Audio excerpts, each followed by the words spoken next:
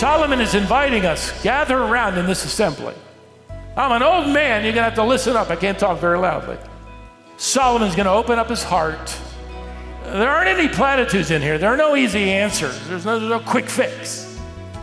There's no guarantee that when you're missing pieces, that somehow it'll still come together. There's no sense here as he looks at life under the sun that there's some kind of guarantee to make sure everything is making sense, because he will say, sometimes it doesn't.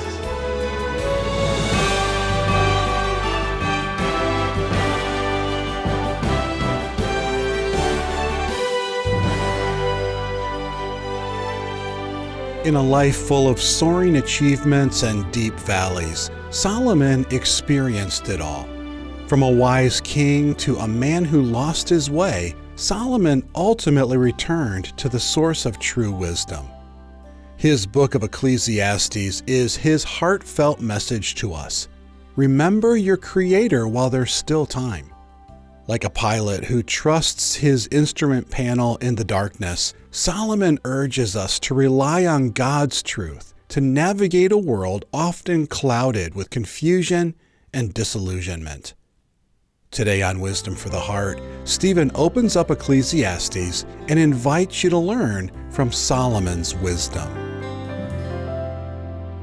If there was ever a man who knew better than to fly by the seat of his pants, by his own intuition, depending on himself, rather than the instrument panel of God's revealed truth and guidance, it was a man by the name of Solomon.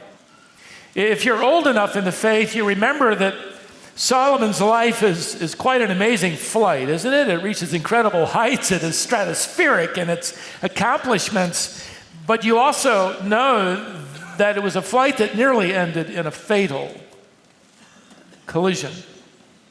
Since you might be younger in the faith, and I don't want to assume too much as we begin to study this new book together, let me review some of the moments from his life that set the stage. You may know enough, or it may be new to you, that Solomon is the son of David and Bathsheba. That would be another sermon or two or three. But he's destined for the throne of Israel from the beginning of his life. Now, as Solomon is growing up, David is conquering all the neighboring kingdoms to ensure there will be a safe kingdom for Solomon in which to reign. David has gathered all the material for the greatest building project Israel has ever attempted. They will build the temple where this will become the centerpiece of worship for the nation in Jerusalem as they worship the one true and living God. Near the end of David's life, Solomon is crowned king of Israel, and it really couldn't have been a more perfect takeoff. Talk about set up. Then in 1 Kings chapter 3, if that isn't enough, it records an event that has never occurred before in human history, and it hasn't occurred since. God appears to Solomon in a dream and says to him, make a wish and I'll make it come true. You have one wish. Whatever you wish, I'll grant it. Now, you know, if you're a kid and you're playing this game, you take that one wish and you wish for 3 wishes, right? This isn't a game. This is the real deal. This isn't Aladdin. This isn't the genie. You get one wish, and I'm gonna fulfill it. And really, to the surprise of the world around him, and frankly, if we admit it, we would be surprised. I'm not sure we would write this in on a blank check. But instead of writing in words like riches, fame, power, invincibility, health, he writes in the word wisdom. Wisdom. God responds, and the record of the kings includes these words, and it pleased the Lord that Solomon had asked this. And God said to him, because you've not asked for yourself long life or riches or the life of your enemies, but you've asked for yourself understanding to discern what is right, behold, I now do according to your word. I'm going to grant you your wish.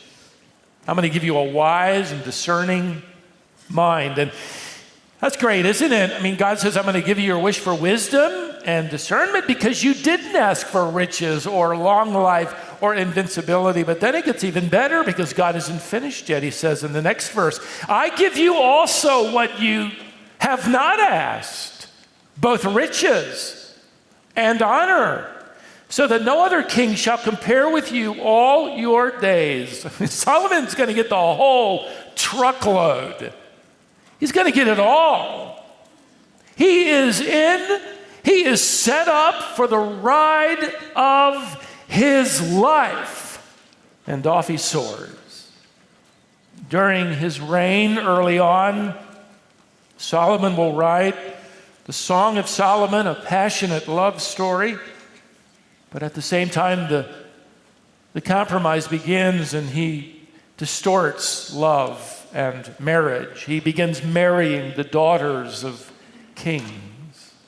We're told that Solomon will end up marrying 700 princesses. These are daughters of neighboring kings. They're just pawns in his attempt to build military alliances. 1 Kings 11 gives the details.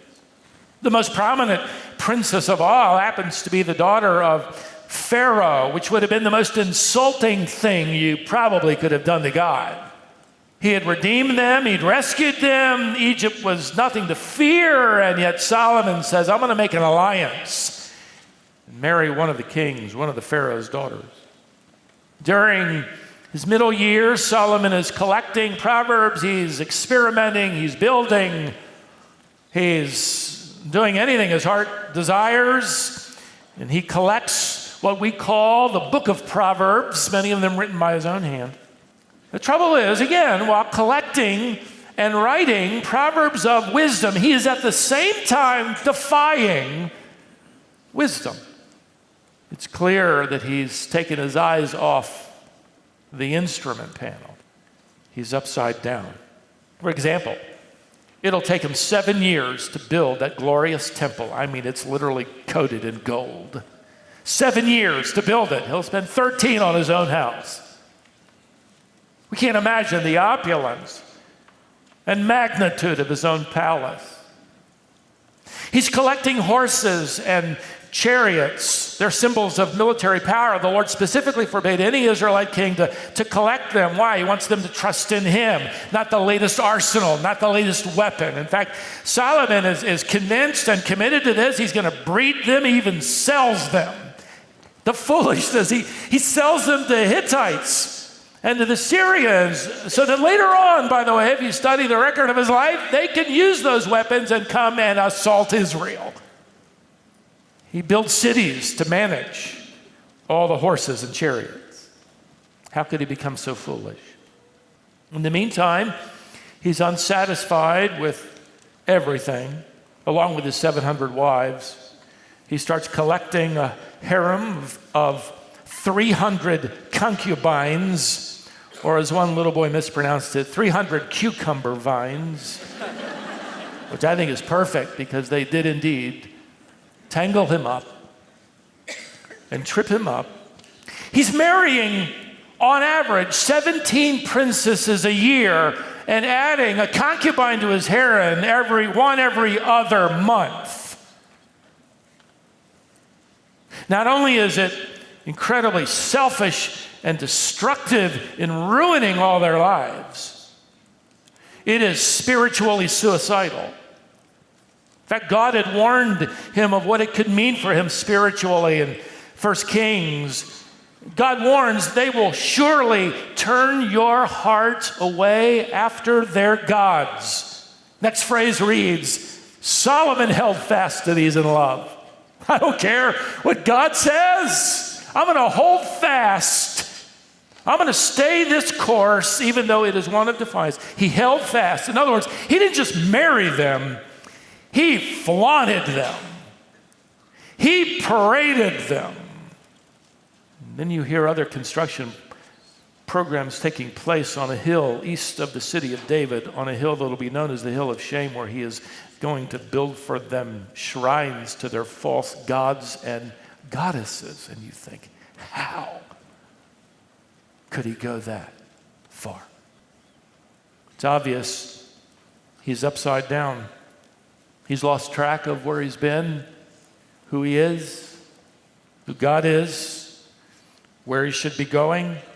He's racing toward a fatal collision and catastrophe. And maybe that's where you are today. And maybe you're hearing my voice, but it's a distant voice because your mind is wrestling. You're weighing options. You're considering a decision that might be nothing less than defiance. I know God says this, but for you, perhaps today is the crossroads, and you're going to decide which direction you're going to go. God has brought you here today to hear from an old man named Solomon why you don't want to go that way. Solomon slides into his later years, a man without any distinction, really, moral character. He's grown to be known for his taxation, his oppression of his people. Then the surprising news is discovered that somewhere, somehow, something happens in Solomon's life. Though his heart had grown cold and defiant, we're not sure exactly when or how. We're not even given the details. But as an old man, his heart is rekindled toward God. My guess is it's the same thing that I've seen many times over in a person's perspective, causing them to ask questions. Often it's a life-threatening disease, some tragedy, or maybe just old age, where a person comes to realize there's not much ahead compared to behind, not much time left.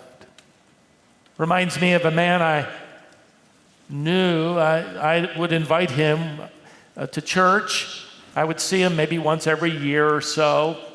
Never had come to Colonial, and I had shared the gospel. He wasn't interested, but when I'd see him, I'd invite him to church, and he'd always laugh, and he would say, "Stephen, Sunday is usually the most beautiful day of the week. It's my day off. Why would I ruin it by going to church?" And then he got cancer. By the time they discovered the cancer, it was in the last stage and beyond. In fact, he was told he didn't have much time left if the treatments wouldn't work, and the treatments evidently didn't work, and that's when he contacted me and asked me to come over. I did. I went to visit a man who was no longer brave. He'd been stopped in his tracks, and all of a sudden he was very interested in the instrument panel. It was a delight to spend time with him that afternoon, explaining to him the gospel that he didn't know. And then to see him with tears running down his cheeks, repenting of his pride and his sin, and casting himself upon the mercy of Jesus, whom he knew he would stand before very soon. I never saw such growth, frankly. Hunger. Even though a few months later, he would die. God, in his mercy, made that man sick with just enough time to make him think. Solomon is now an old man. And from the clues we pick up in his journal, he's completed his building projects. He's grown bored with his possessions. He's finished his collection of Proverbs. His body is now bent with age. Maybe it's his physician who's come along and said, "Solomon, nobody else is going to tell you this, but I need to tell you, you don't have much time left." Whatever, we don't know when or how that brought him to write this closing message to his family and his nation, and at times specifically to his son. What we do know is that Solomon comes to the end of his life and refocuses on the instrument panel of divine instruction. I would agree with conservative commentaries and commentators, including beloved Matthew Henry, who wrote 300 years ago, that at the end of Solomon's life, from what we can gather in the book we're going to study together, He recognized his sin. He repents. He sees the danger, the collision just ahead, and just in time pulls up. Now, if we put the clues together, and we will, Solomon's third and final book of wisdom literature is written during these last days. And I think, frankly, it's a matter of days. Could be hours. We call it the book of Ecclesiastes. So if you haven't already, unstick the pages and turn to Ecclesiastes, the book we usually skip on our way to either Psalms or Proverbs. This is a book of wisdom, the wisdom genre. It includes wise sayings, poems, riddles, problems, little philosophy. And I'll tell you ahead of time, and I spent an inordinate amount of time just reading, just to get a grip on not only this book, but then what others were saying about it. And it's interesting to me that there are many people out there that think Ecclesiastes is a waste of time. I mean, think about it. How often have you had a series of messages from the book of Ecclesiastes? This is my first time. I mean, isn't this kind of a rambling book from a bitter old man? Right? You get to verse 2 and it's everything's empty, emptiness of emptiness, everything's empty, meaninglessness of meaninglessness, everything is meaningless. So why read further? Right? Okay, thank you. I won't waste my time. Well, it isn't a waste of time. It's interesting. The rabbis in the early centuries debated whether or not this should remain in the canon of Scripture. You know, sometimes you get the best advice from someone who knows they don't have much time left to live. We'll learn that together. Now, you look at the title at the top of the page. You'll notice, obviously, Ecclesiastes. Ecclesiastes, to save you all of the heartburn of the history of this word. It's simply a Greek term for someone who is convening, we could render it that way, or creating an assembly. He's gathering an assembly. In fact, if you look at the title, you can see in the first part of it the word ecclesia or ecclesia. That's the New Testament word translated church. Now, there's not a church here in Israel, but there certainly is an assembly, and that's what the word means. Gathering, assembly. And he's gathering them to hear a message. So the title is essentially an invitation to gather. You might even write underneath the title the words, gather around. Or if you're from the deep south, y'all gather. It'll mean the same thing. You just write something up there that reminds you Solomon is inviting us to gather around and to hear his final message. Now, the Hebrew equivalent of Ecclesiastes is Kohelet. That's translated in verse 1 and several times throughout the book as simply the preacher. The one who is gathering the assembly together to deliver a message, a sermon, a lecture, and it's translated in my text as the one who will do the preaching. He's the one calling this assembly. So you can think ahead of time as Ecclesiastes as perhaps a sermon, or maybe a last will and testament, or a memoir, or an autobiography. Frankly, I believe it's all of them and more. Now, in verse 1, we're given an introduction to the author of this sermon. We read it, verse 1, the words of the preacher, the son of David, king in Jerusalem. Now, if you look directly across the page at verse 12, Solomon adds, I, the preacher, have been king over Israel in Jerusalem. That is, it's a united nation. The capital is Jerusalem, and he's reigning there. You could translate this, I have been, and I still am king over Israel in Jerusalem. Solomon is the only son of David who reigned over a united kingdom after David in Jerusalem. After Solomon dies, the nation is divided, which leads me to believe that indeed this is Solomon who is the author, even though he refers to himself often, sometimes even in the third person, as the one doing the preaching. So this is an autobiography. This is the personal testimony of Solomon. Now, I want to stop at that superscription and tell you that in order to understand this sermon, you can't start at the beginning. Again, like I said, you get into the next verse and everything's meaningless. And he talks about the meaninglessness of life under the sun. And then it's sort of like, well, why bother? This is evidently just a cynical old man who has nothing more to do than write something. So we're not going to do any more study. Well, that's true if you start at the beginning. This is one of the few books where we're given the purpose statement of why it was written that helps clear up everything in between. So let's start at the conclusion. Chapter 12, go there. Chapter 12, Solomon begins to tell us clearly why this was written. You'll notice in verse 1, maybe this is the one verse you've heard a sermon on, and we'll get there and do a sermon, but let me just touch on it.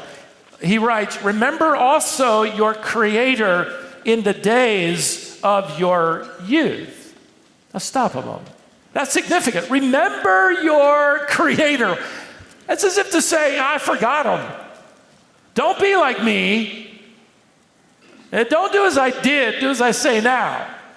Don't learn by experience. I've had all the experience anybody would ever want.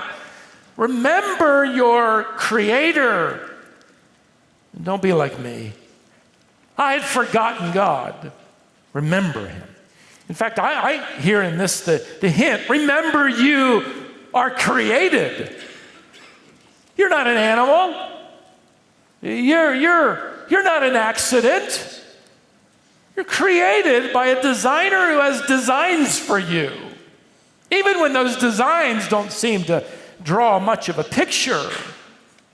Remember, you're crafted by Creator God, crafted so that you uniquely as a human being, by faith in his Son, can relate to him, can worship him, can walk with him, can look forward one day to living with him, and that day will never end. See, Solomon is wrapping this sermon up by essentially saying, without him, there is no meaning in life under the sun. See, you don't want to get your perspective under the sun. You want to get your perspective of life under the sun by something above the sun. Remember your Creator. That'll give meaning to the toil. And get this, old Solomon is saying here, don't forget God when? In the days of your youth, when you're taking off, when you got the world by the tail, when everything's in front of you, and you've had a smooth takeoff, remember God then. You happen to be flying into a culture that's darkened and growing darker by the minute. It's not going to give you any help. No beam of light, no horizon of absolute. You're going to think that you're right side up when you're upside down when you're taking off. Make sure you keep note of the instrument panel of divine truth. If you go over to the very end then of chapter 12, he says this. Okay, here's the end of the matter. I've written everything I've written, but just in case you've missed it, and by the way, he'll remind us throughout this memoir. Here's the end of it. After everything's been heard. Fear God. That refers to a trusting relationship with God. Fear God and keep his commandments. Obey the word of God. And there's a volume of misery and woe in that. Why? Because, see, forgot it, defied it, ignored it. Oh, keep it, follow it. This is the sum and substance of your life. Without it, you're just toiling under the sun. Solomon is inviting us, gather around in this assembly. I'm an old man, you're going to have to listen up. I can't talk very loudly. And I could summarize his sermon with the right perspective. Solomon is wanting to sit us down, and I believe you're sitting here by the invitation of God to hear from him at the very outset. Solomon's going to open up his heart. He's going to empty his soul. And there are people, maybe there are some in here who aren't going to like it, who can't handle it. There aren't any platitudes in here. There are no easy answers. There's no quick fix. There's no guarantee that when you're missing pieces that somehow it'll still come together. There's no sense here as he looks at life under the sun, that there's some kind of guarantee to make sure everything is making sense, because he will say, sometimes it doesn't. Can you handle that? Can you wait? Can you trust? Solomon is going to say, listen, I want you to remember, even when life is confusing and it seems futile and meaningless and terribly repetitious, there is a creator God who has designs for you. Even when his plans for your life at times seem mysterious, maybe even unfair, God has a plan in mind. Even when all the world is black as night, offers no hint of help or mercy or light, trust him. Trust him.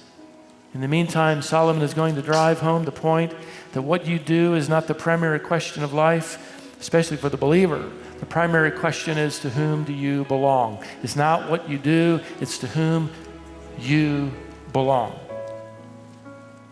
It isn't what you've experienced or what you do that is the sum and substance of life. It is to whom you belong. And Solomon then is gathering us around, and we discover a man who was once wise, who became foolish, and in his last days, I'm glad to tell you, he became wise once again. We know that because, once again, the most important aspect of his life is going to be being related to Creator God.